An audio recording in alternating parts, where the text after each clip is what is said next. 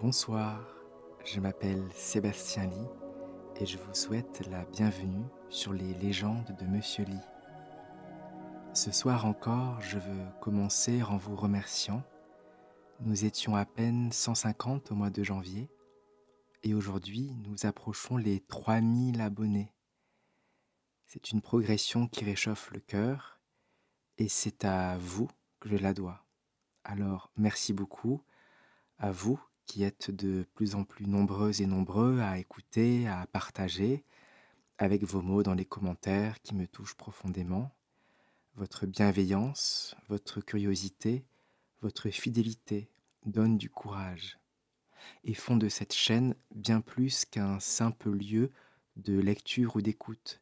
C'est devenu une vraie communauté, douce et lumineuse, que je suis fier de voir grandir.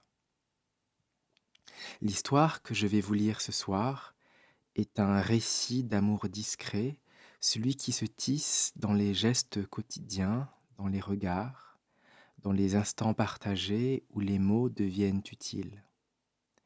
C'est une histoire sur un lien, sur le lien, sur la manière dont il peut se réinventer quand la mémoire se brouille, sur tout ce qui reste quand on croit avoir tout perdu.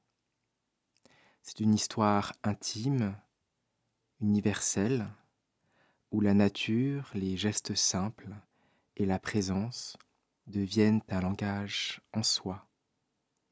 Je vous souhaite une bonne lecture et plutôt une bonne écoute. En route. Il pousse la porte d'entrée comme on entr'ouvre un souvenir qu'on n'ose pas déranger. La clé tourne dans la serrure avec ce petit grincement qui n'a pas changé depuis des décennies. Et sa main retrouve sans hésiter le crochet de bois. Le manteau glisse dessus dans un geste précis, presque solennel, appris autrefois et répété tant de fois qu'il semble gravé dans ses muscles. Il y a dans cette action une sorte de retour en arrière, un pas hors du monde qu'il habite désormais, un pas dans celui où tout a commencé. Ici, chaque geste a une mémoire qui lui est propre, une fidélité que le temps n'a pas encore rongée. L'air de la maison l'enveloppe aussitôt, un mélange de cire ancienne, de linge séché au vent et du parfum de café que sa mère a bu plus tôt. La lumière qui filtre à travers les rideaux écrus tombe en biais sur le carrelage, comme si elle cherchait à poser une main douce sur la pièce. Ses épaules se relâchent, sa respiration s'alourdit. Et dans ce lieu, son corps sait quoi faire sans même réfléchir. Poser la main sur la table, écouter le bois craquer sous ses pas, ralentir le rythme. Il ressent toujours cette étrange superposition. Être à la fois celui qu'il est devenu et celui qu'il était ici. Aucun conflit entre ces deux présences, seulement une cohabitation fragile et discrète. La maison lui parle dans une langue qu'il ne retrouve nulle part ailleurs. Le murmure des murs, le soupir des portes, le battement régulier de l'horloge. Il mesure combien ces retours sont nécessaires, comme si un fil invisible se tendait entre les âges. Un fil qui ne se contente pas de ramener vers le passé, mais qui relie à un lien vivant, encore vibrant, qui continue de se tisser, point après point, malgré les usures qui approchent. Elle est là, assise dans son fauteuil préféré, celui dont le tissu a été usé par les années et par la chaleur de son corps. Ses mains reposent sur ses genoux, immobiles, comme si elles avaient oublié, comme si elles avaient oublié qu'elles savaient coudre, pétrir, éplucher, étreindre. Pourtant, il y a dans leur forme une force ancienne, un souvenir de gestes précis. Ses yeux se lèvent vers lui et dans ce regard, il croit voir un instant le reflet intact de celle qu'il a portée, élevée, accompagnée. Mais ce regard a changé de rythme. Il se pose et s'éloigne plus vite qu'avant, comme une marée incertaine. Elle porte encore certains jours ce parfum discret de savon de Marseille qui imprègne ses vêtements. Sa voix, un peu rauque désormais, porte dans ses inflexions l'écho des histoires qu'elle lui racontait enfant.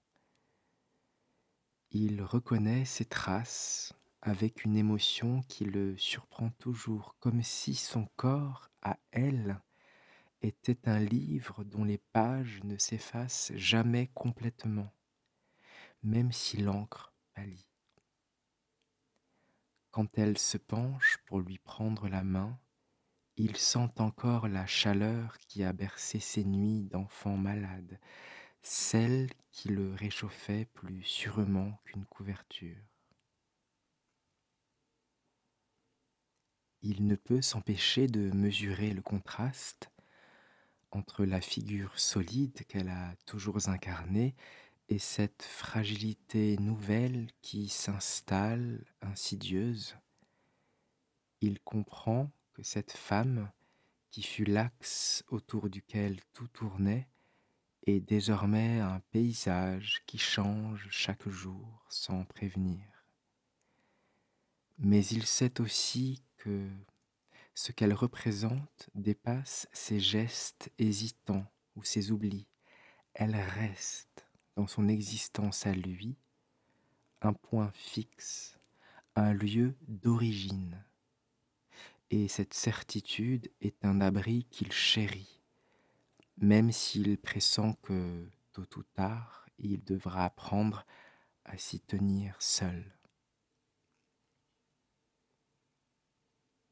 Chaque fois qu'il revient, les premières heures sont consacrées à remettre en marche ces gestes qui font partie de leur langage commun. Il ouvre les volets de la cuisine, laissant entrer la lumière pâle du matin, celle qui glisse sur la table en bois et révèle les petites éraflures laissées par des repas d'autrefois. Il passe la main sur la surface comme pour en relire les cicatrices. Dans le poêle, quelques braises attendent qu'on les ranime. Il glisse deux bûches, écoute le bois craquer et l'odeur de résine s'élève aussitôt, familière et rassurante. Sur le feu, il prépare un café, comme on l'a vu faire toute sa vie. La cafetière italienne, le geste précis pour tasser la mouture, le petit bruit de l'eau qui chauffe. La maison, à ce moment-là, semble retrouver un rythme inconnu, un rythme connu, comme un vieux navire qui repart doucement après une longue escale. Dans le couloir, il entend le froissement discret des pas de sa mère, et ce son, minuscule, est plus précieux que tous les mots qu'elle pourrait prononcer. Il sait que les détails, le café, la lumière, le craquement du bois, sont plus qu'un confort domestique, ce sont des repères, des balises plantées dans le temps, qui se brouille. Lui aussi en a besoin. Il lui rappelle que, malgré les pertes à venir, il existe encore un socle où poser les pieds. Et dans cet instant suspendu, il prend conscience que ses gestes quotidiens ne sont pas une répétition du passé, mais un présent actif, une manière de tenir le lien. Ce qui se vit ici n'est pas la copie de ce qui a été. C'est un acte de résistance douce, une façon de dire « nous sommes encore là, ensemble ». Cela commence comme une ombre légère qui traverse la pièce. Un détail presque imperceptible. Elle ouvre le placard de la cuisine, cherche le sucre, puis referme sans l'avoir trouvé. Il est là, pourtant, à la même place depuis toujours. Elle s'arrête, hésite, jette un regard vers lui, mi-amusée, mi-déroutée. Il lui indique l'étagère, et elle rit doucement comme pour chasser l'incident. Mais il a vu ce petit flottement dans ses yeux, cette seconde où la certitude s'est effacée. Un autre jour, elle l'appelle par le prénom d'un cousin. Ce n'est pas la première fois, mais cette fois-ci, il sent que ce n'est pas une simple distraction. Sa voix a vacillé en le prononçant, comme si elle cherchait à l'accrocher dans un fil emmêlé. Il ne dit rien, il répond même, pour éviter de souligner l'erreur. Pourtant, au fond, il comprend que quelque chose s'est déplacé, que la structure même de leur repère a reçu une fissure. Ces instants sont brefs, mais ils restent en lui plus longtemps que les conversations entières. Ils ouvrent une question silencieuse. Combien de temps avant que ces oublis deviennent le langage dominant? Il sent poindre une inquiétude nouvelle, plus profonde que celle de l'âge ou de la fragilité physique. Ce qu'il craint, ce n'est pas seulement qu'elle oublie les faits ou les noms, mais qu'elle perde l'accès à ce territoire commun qu'ils ont construit. Et cette pensée, il la garde pour lui, comme on cache un objet fragile qu'on ne veut pas laisser tomber trop tôt. Ils sortent ensemble du cabinet médical. La porte se referme derrière eux avec un bruit sec qui résonne plus longuement qu'il ne devrait. Dehors, l'air est vif, presque coupant, et leurs pas s'enfoncent dans le gravier de l'allée. Aucun des deux ne parle. Il sent pourtant que les mots seraient possibles. Quelques phrases banales, peut-être une plaisanterie pour alléger l'atmosphère, mais il sait qu'elles seraient de trop. Elle regarde droit devant, le visage fermé, comme si elle avait besoin que le ciel, et non lui, porte le poids de ses pensées. Ce silence n'est pas vide, il est dense, habité d'une compréhension tacite. Ils savent tous les deux ce qui vient d'être dit, ou plutôt ce qui n'a pas été dit, mais s'est insinué dans les phrases prudentes du médecin. Des mots comme début, lentement, progressif, ont laissé une traînée invisible dans l'air, et cette traînée, il la respire encore. Il perçoit dans sa démarche une légère tension, comme si chaque pas demandait un effort supplémentaire. Il se surprend à penser que parfois, ne rien dire est la seule façon de préserver ce qui reste encore intact.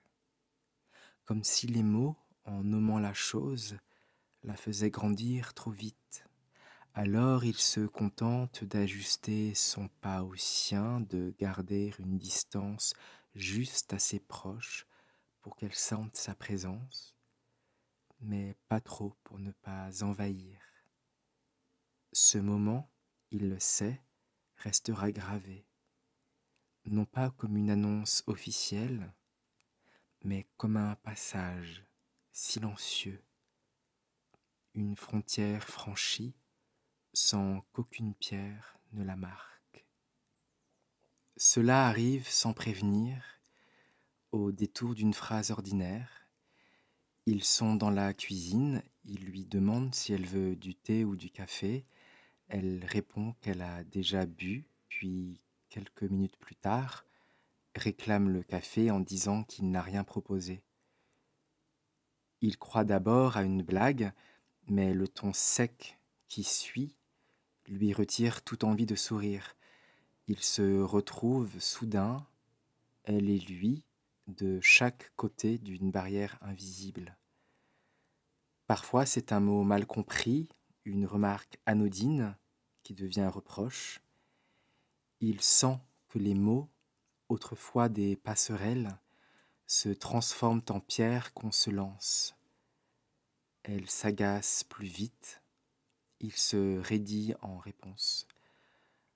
Dans ces moments-là, l'air semble se contracter autour d'eux, et même les objets de la pièce paraissent se figer, comme pour éviter de participer à la querelle. La tension ne dure pas longtemps, mais elle laisse une trace, comme une petite fissure qui s'élargit imperceptiblement.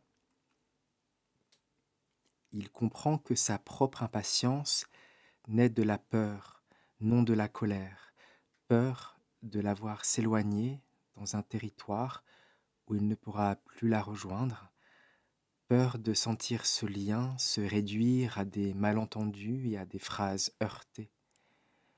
Alors il se répète intérieurement qu'il devra apprendre à ne pas répondre à la brusquerie par la brusquerie, mais à laisser retomber l'orage. Pourtant, au fond de lui, il sait que ces éclats sont les premiers signes d'un changement irréversible et que chaque mot mal reçu est aussi un mot perdu. Il a commencé sans vraiment y penser. Au départ, c'était juste une feuille pliée en 4 dans la poche intérieure de son manteau. Quelques mots griffonnés, une date, une petite remarque qu'elle avait faite et qui sonnait étrangement. Puis la feuille est devenue un petit carnet relié de tissu qu'il garde toujours à portée de main. Ce n'est pas un journal intime ni un recueil de plaintes, mais un filet jeté sur ce qui glisse entre leurs doigts.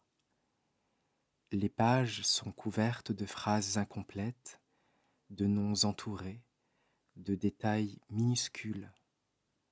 Cherche sucre dans armoire, appel par prénom de Michel, oublie date anniversaire. À côté, parfois, il ajoute une odeur, un geste, une couleur, comme pour donner chair à la mémoire qu'il tente de préserver. Le crissement du stylo sur le papier devient un geste presque cérémoniel, un acte de résistance douce. Il sait pourtant qu'il ne pourra pas tout retenir, que ce carnet ne remplacera pas les souvenirs vivants, mais écrire lui permet de déposer quelque part la charge de ces moments pour qu'ils ne s'effacent pas complètement. Ce n'est pas tant pour elle qu'il le fait, mais pour lui, pour pouvoir relire un jour ce qu'ils ont traversé. Et secrètement, il espère qu'en notant ces bribes, il parviendra à tisser un fil qui le reliera encore à elle, même lorsque les mots, eux, auront disparu de leurs échanges. Il y a ce geste discret mais immuable.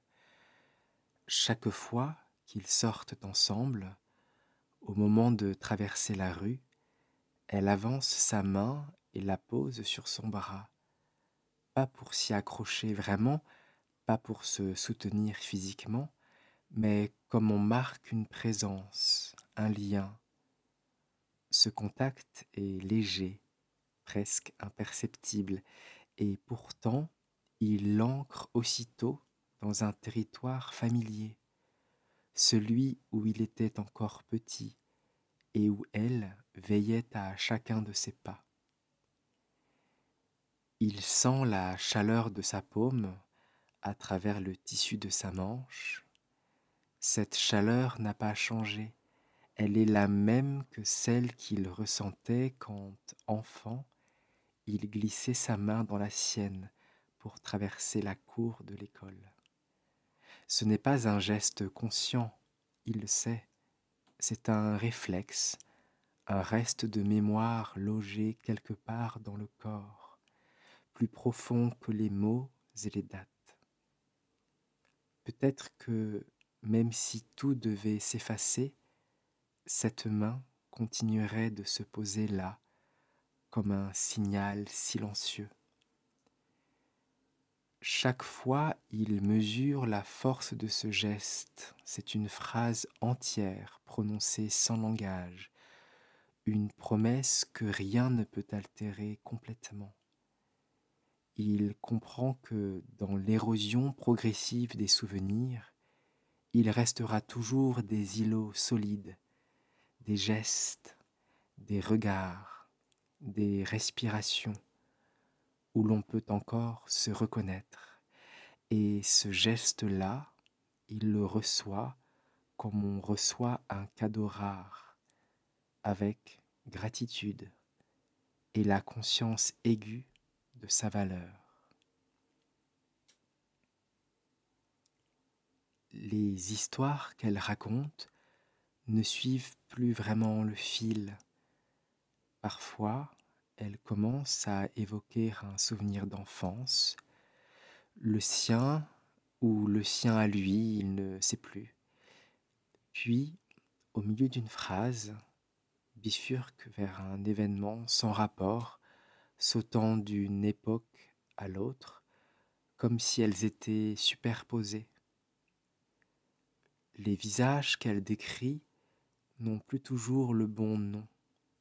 Les lieux se confondent, les saisons aussi. C'est comme écouter une radio dont la fréquence dérive lentement et où l'on perçoit des bribes claires mêlées à un souffle constant. Il y a des mots qu'elle remplace par des périphrases. Tu sais, la chose, le truc, là, ce qui sert à, ou simplement, tu sais. Il acquiesce, souvent, même quand il ne sait pas exactement, juste pour éviter de briser l'élan. Parfois, il sent qu'elle se rend compte elle-même que le fil lui échappe, et un trouble passe dans ses yeux avant qu'elle n'enchaîne sur autre chose. Ces instants sont brefs, mais ils portent une densité étrange, comme si l'oubli, au lieu d'effacer, déposait une ombre supplémentaire.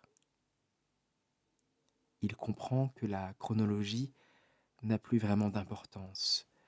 Ce qui compte, ce n'est pas que l'histoire soit exacte, mais qu'elle soit encore racontée. Dans ces récits éclatés, il apprend à chercher non pas la précision, mais la chaleur, le ton, la lumière qui passe dans ses yeux quand elle se souvient ou croit se souvenir. Il se surprend à penser que peut-être la vérité d'un souvenir n'est pas dans sa fidélité aux faits, mais dans la manière dont il continue de les relier. Un soir, après une conversation qui s'est perdue en malentendu, il reste seul dans la cuisine La lumière tamisée éclaire à peine la table, et le silence qui remplit la pièce n'a rien de paisible. Il sent monter en lui un mélange de fatigue et de tristesse. Il sait que s'il continue à vouloir corriger chaque oubli et rectifier chaque mot, il ne restera bientôt plus rien de leurs échanges, sinon une succession de petites défaites. Alors là, dans ce calme un peu lourd, il prend une décision qu'il ne formule pas, mais qui s'impose. Il ne combattra plus l'oubli avec des mots. Il s'imagine leur relation comme une maison dont certaines pièces sont désormais fermées.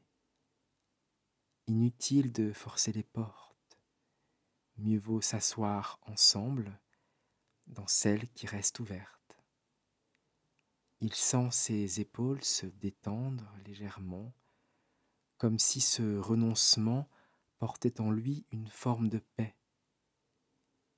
Il comprend que cette paix ne viendra pas de ce qu'ils se diront, mais de ce qu'ils vivront côte à côte, sans chercher à retenir ce qui s'efface.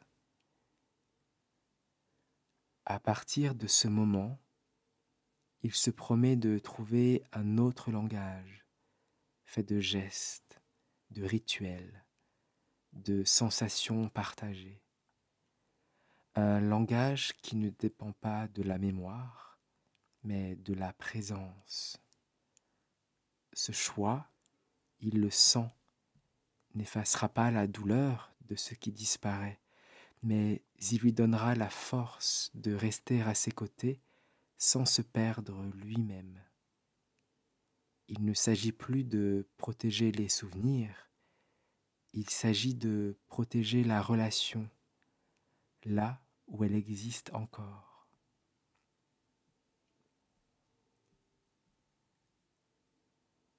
Ce soir-là, l'air est clair et froid. En sortant les poubelles, il remarque la lune, parfaitement ronde, suspendue au-dessus du jardin comme une pièce d'argent posée sur un drap sombre. Il revient sur ses pas et l'invite à venir voir. Elle le suit, sans poser de questions, enfilant son gilet comme si ce geste seul suffisait à comprendre. Et ils se tiennent, côte à côte, sur le pas de la porte, et lèvent la tête.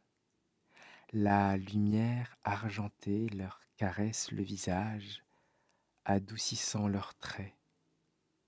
Il ne dit rien, elle non plus.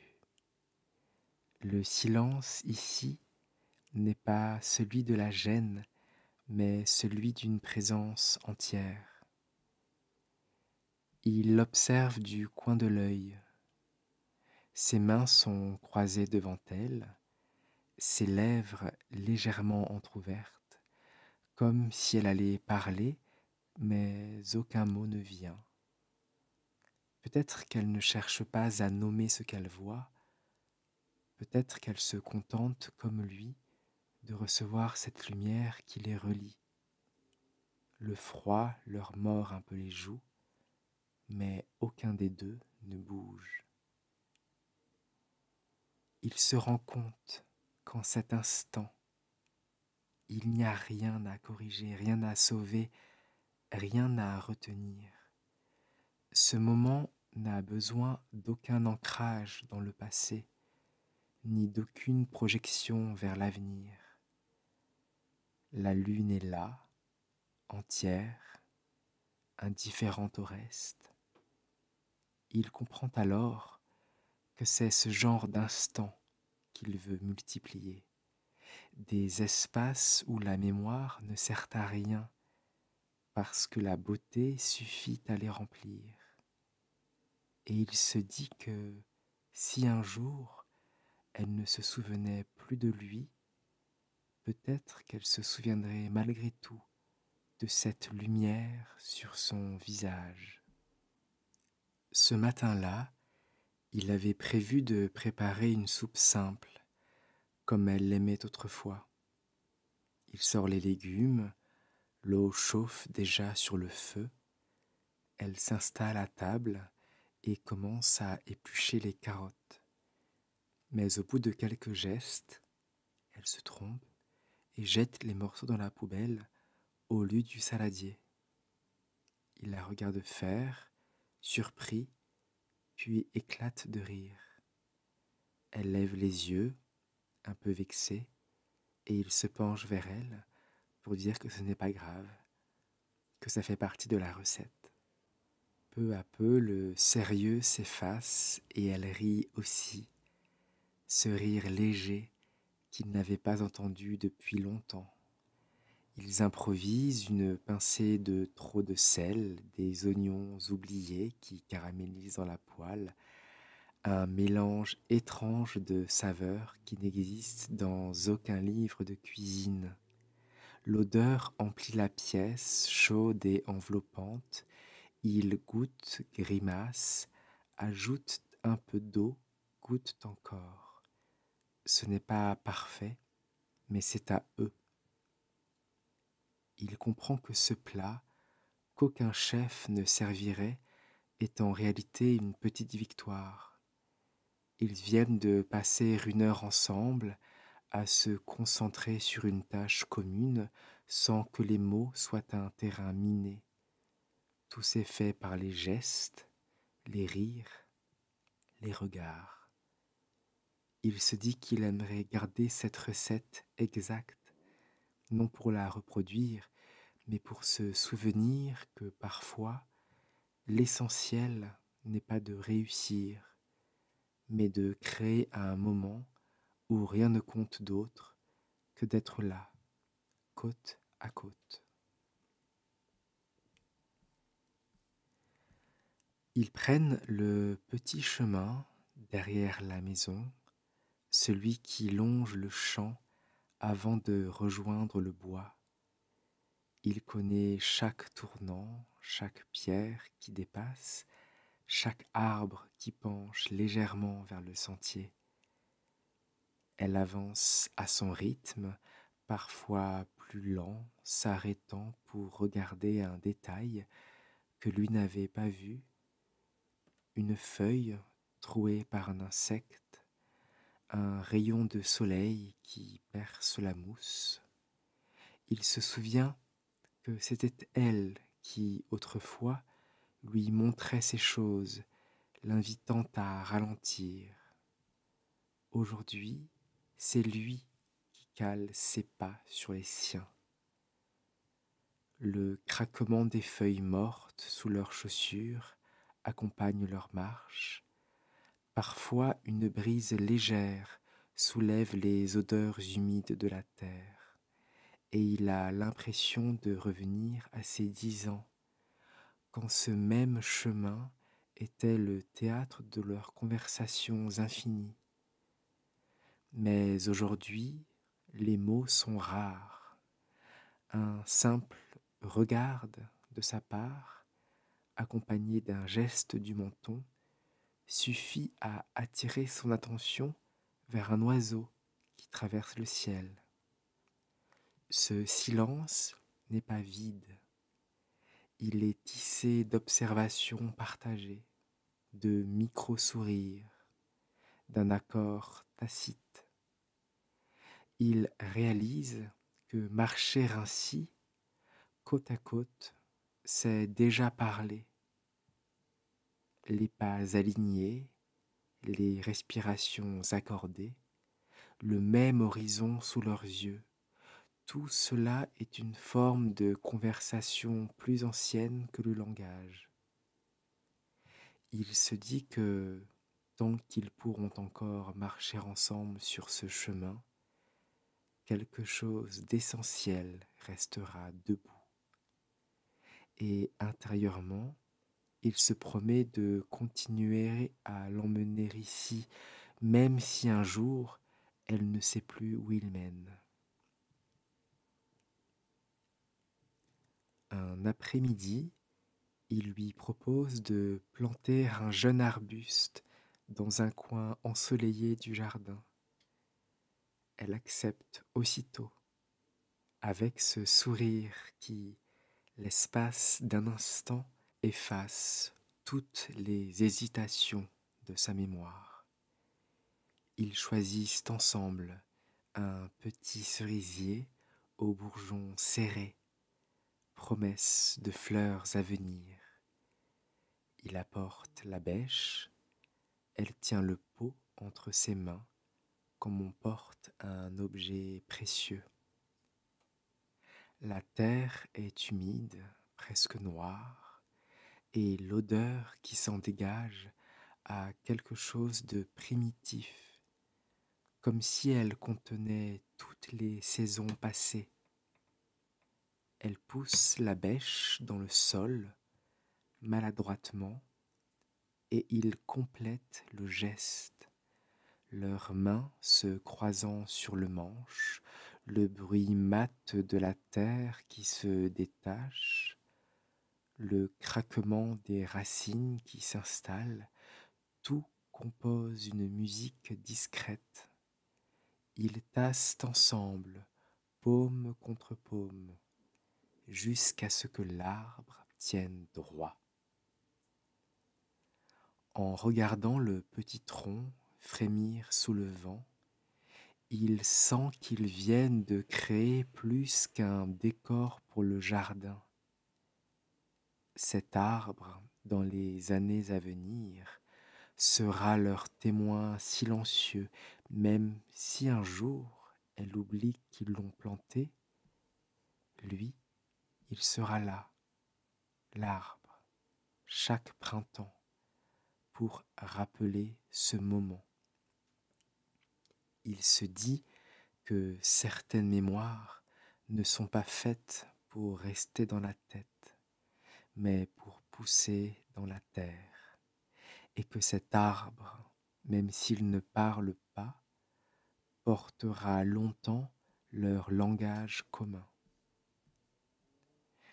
Un après-midi pluvieux, alors qu'ils sont assis dans le salon, il se surprend à fredonner une vieille chanson qu'il n'a pas entendue depuis des années. Les notes lui viennent comme un réflexe, sans parole, juste une mélodie qui appartenait à ses après-midi d'enfance. Il ne pensait pas qu'elle réagirait, mais elle tourne la tête vers lui et presque aussitôt reprend l'air. Sa voix est plus basse qu'avant, parfois hésitante, mais le rythme est juste, les intervalles exacts. Ils se mettent à chanter ensemble, ou plutôt à laisser ce fil sonore passer de l'un à l'autre. Il remarque qu'elle ne cherche pas les mots, ils ne sont plus là, mais qu'elle tient la mélodie comme on tient la main de quelqu'un. Par moments, elle ferme les yeux et son visage s'adoucit comme si la musique lui ouvrait une porte invisible vers un lieu où elle se sent encore entière. Le crépitement de la pluie sur les vitres se mêle à leur chant, créant une harmonie simple, presque hypnotique. Il comprend que cette chanson n'appartient ni au passé ni au présent. Elle est un espace hors du temps où la mémoire du corps prend le relais de celle de l'esprit. Ici, aucune erreur possible, aucun mot à corriger, juste la justesse d'un souffle partagé. Quand la mélodie s'éteint d'elle-même, ils ressentent assis, ils restent assis quelques instants dans un silence qui n'a rien de vide. Et il se dit qu'ils viennent de parler longuement sans avoir échangé une seule phrase. Un après-midi d'hiver, il sort l'album relié de cuir qui dormait depuis des années dans le buffet.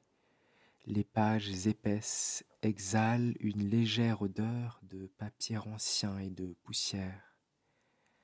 Elle se penche aussitôt, attirée par les images, mais au lieu de nommer les visages comme elle le faisait autrefois, elle invente.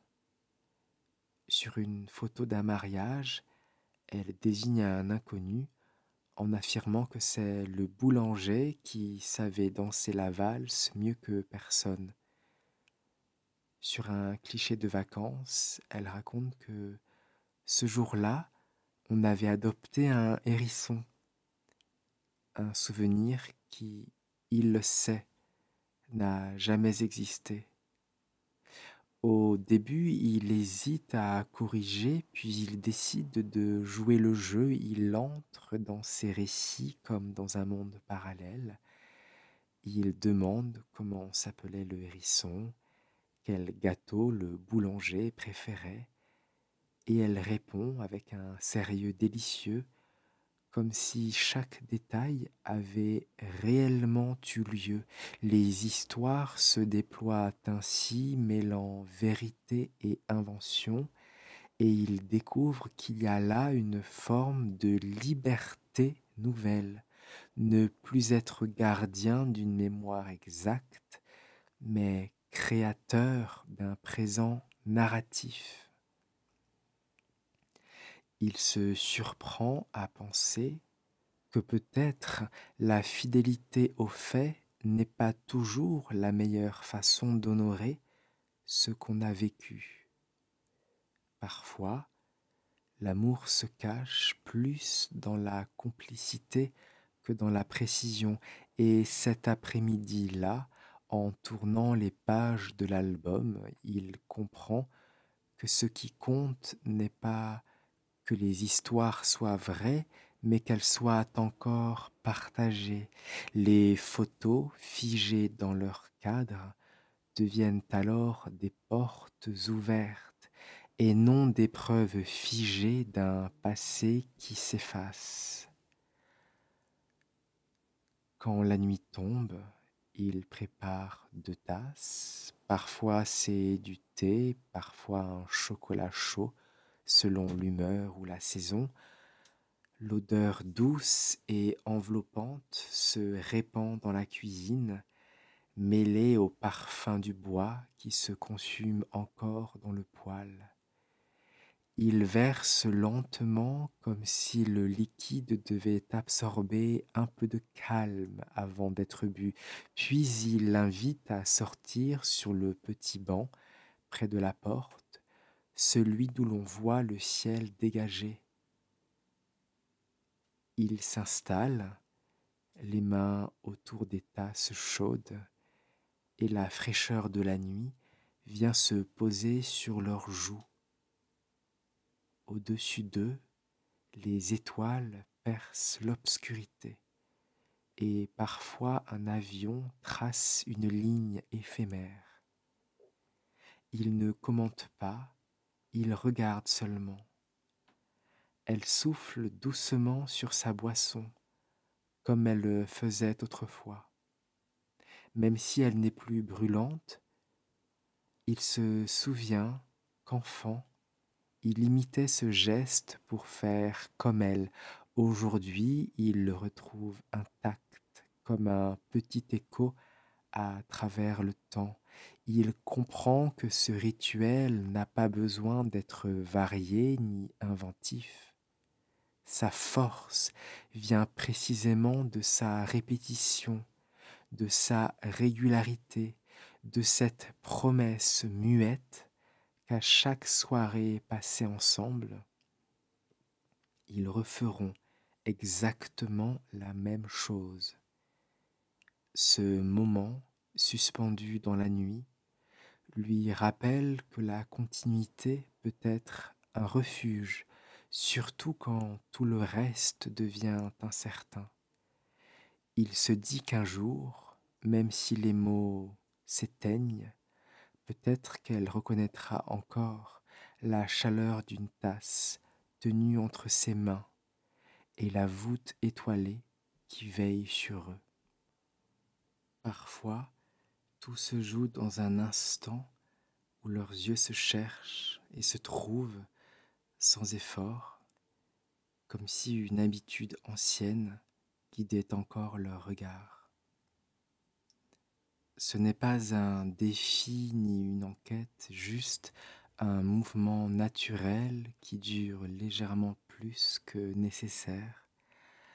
Alors les objets autour d'eux s'effacent, la pièce se met au ralenti et il n'y a plus que ce faisceau discret entre eux, entre leurs deux pères dieux. Il reconnaît là un langage qu'il parlait déjà autrefois, quand il n'avait pas les mots pour dire la peur, la joie, la fierté, et qu'elle savait répondre d'un simple clignement, d'un sourire presque imperceptible. Aujourd'hui, ce langage revient, intact, comme un sentier retrouvé sous les herbes. Il y a dans ses yeux à elle une lumière instable, où se mêlent la douceur et l'éloignement. Parfois, il se demande si elle voit en lui l'enfant d'hier, ou la silhouette présente qui l'accompagne. Il renonce à trancher. Ce qui compte, c'est la chaleur ténue qui circule entre eux, cette tiédeur d'air que l'on sent à peine sur le visage quand on s'approche d'une fenêtre ensoleillée. La lumière venant du dehors se pose sur sa joue, accroche une lueur humide au bord de ses cils et il perçoit dans sa propre poitrine un déplacement presque physique. La gorge se serre, l'épaule qui s'abandonne, le souffle qui s'accorde au sien. Tout est simple et précis. Le grain de sa peau, la façon dont ses pupilles se dilatent, le temps que met son regard à revenir vers lui comme une marée. Il comprend que ce regard contient plus de phrases qu'aucune conversation soignée. C'est une grammaire sans dictionnaire, une syntaxe de rythmes et de silences que leurs corps savent encore lire. Dans cet échange, il n'a rien à défendre, rien à prouver. Il suffit d'être là, exposé et présent. Il se dit que si la mémoire est une bibliothèque où les titres se décollent, alors leurs yeux sont la lampe qui continue d'éclairer la page, même quand les mots se brouillent. Il se promet d'y revenir aussi souvent que possible. Chaque regard partagé est un acte, une décision, une preuve silencieuse qu'ils se reconnaissent encore, non par le nom, non par le récit, mais par la simple et souveraine évidence d'être l'un devant l'autre. Il y a des jours où l'oubli semble tout recouvrir comme une brume épaisse qui avale les contours du monde. Pourtant, même dans ces moments-là, il retrouve chez elle un geste, une intonation, un éclat dans la voix qui lui rappelle que quelque chose demeure inchangé. Ce n'est pas un souvenir précis, mais une présence, un socle invisible qui résiste. Ce socle, il le sent dans la manière dont elle l'écoute quand il parle, même si elle perd le fil, dans la façon dont ses mains se posent sur la table, comme si elles y avaient toujours trouvé leur place. La chaleur de sa peau, l'odeur subtile du linge propre qu'elle porte, le bruit feutré de ses pas dans le couloir, tout cela compose une trame silencieuse. Ce sont des repères physiques, sensoriels, qui lui rappellent qu'au-delà des histoires qu'ils ont partagées, il reste ce langage simple, presque animal, de deux êtres qui se reconnaissent par la proximité, la respiration, la chaleur. Ce n'est pas la mémoire qui relie les choses, c'est quelque chose de plus ancien, de plus profond, logé dans le corps. Il comprend alors que la continuité de leur lien ne se mesurera plus en anecdotes conservées ou en dates retenues. Elle se mesurera dans cette faculté à se retrouver sans avoir besoin de reconstituer le chemin.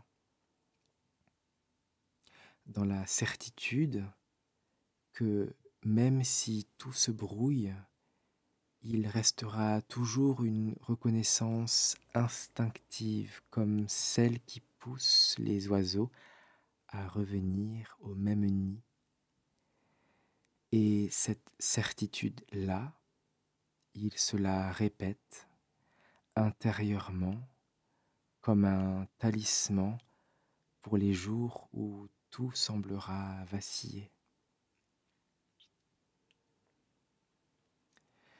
Les saisons passent et avec elles, les gestes se raréfient.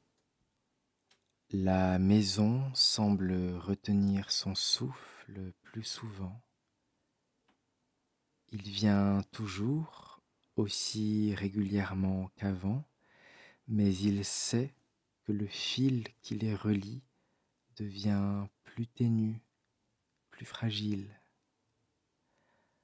Un soir d'automne, après l'avoir aidé à se coucher, il reste un long moment assis dans la cuisine, la tasse vide entre les mains, l'odeur du bois dans la poêle, le tic-tac régulier de l'horloge, tout lui parle d'elle, même en son absence, et il comprend que ce qu'ils ont construit ne dépend pas de la mémoire, ni même du présent immédiat. C'est devenu un langage gravé en lui. Plus tard, dans sa propre maison, il se surprend à reproduire sans y penser certains de ses gestes, comme poser une main sur un bras en traversant la rue,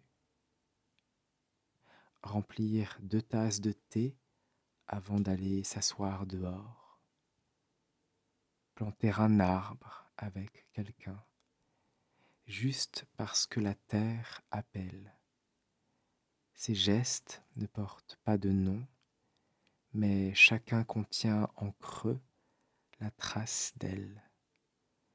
Il les offre à d'autres sans expliquer, comme on transmet une histoire qu'on ne peut plus raconter avec des mots. Il sait que ses gestes voyageront plus loin que lui, peut-être vers des mains qui n'auront jamais connu celle de sa mère. Mais ce n'est pas important.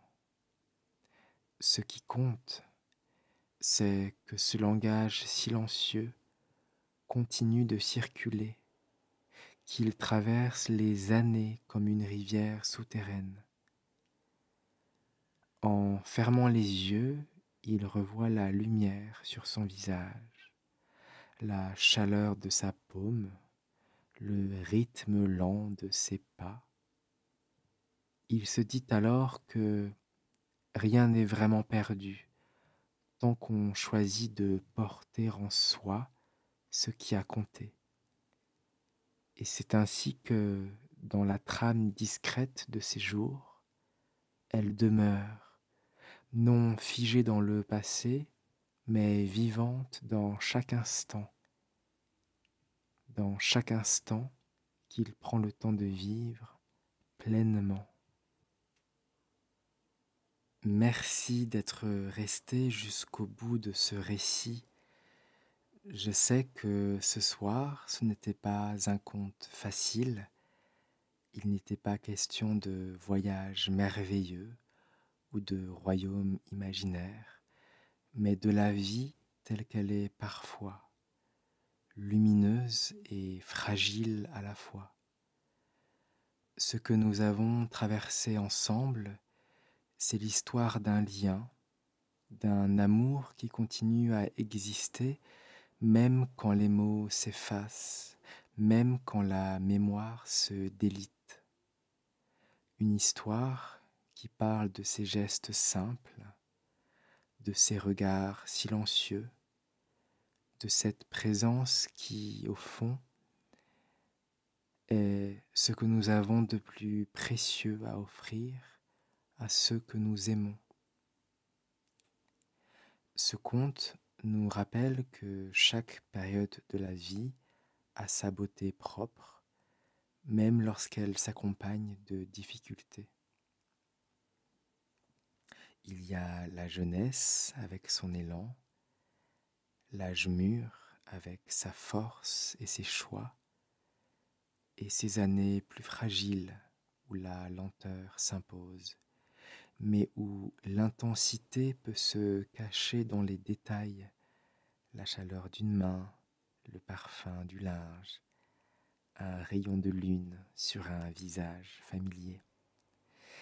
J'aime cette phrase de Montaigne qui dit « C'est une perfection absolue et pour ainsi dire divine de savoir jouir loyalement de son être. » Elle dit simplement que dans chaque moment de notre vie, qu'il soit facile ou douloureux, il y a une possibilité de le vivre pleinement, de le goûter sans attendre qu'il passe.